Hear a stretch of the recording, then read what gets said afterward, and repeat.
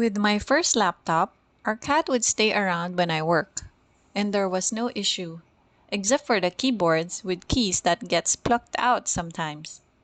When it was time to replace my laptop, this happens with a new laptop when our cat sat on it.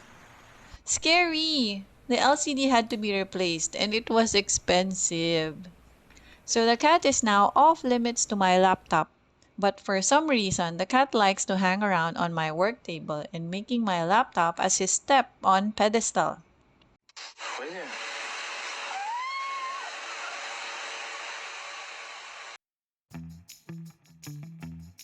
So this gave me an idea. What a nice kitty. Let's see if this idea will work. Oh boy, up! Up na! Up! Yan na. Ayaw sa maliit na box, hindi effective.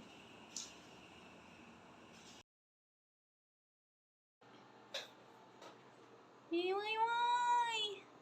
Can you fit in the box?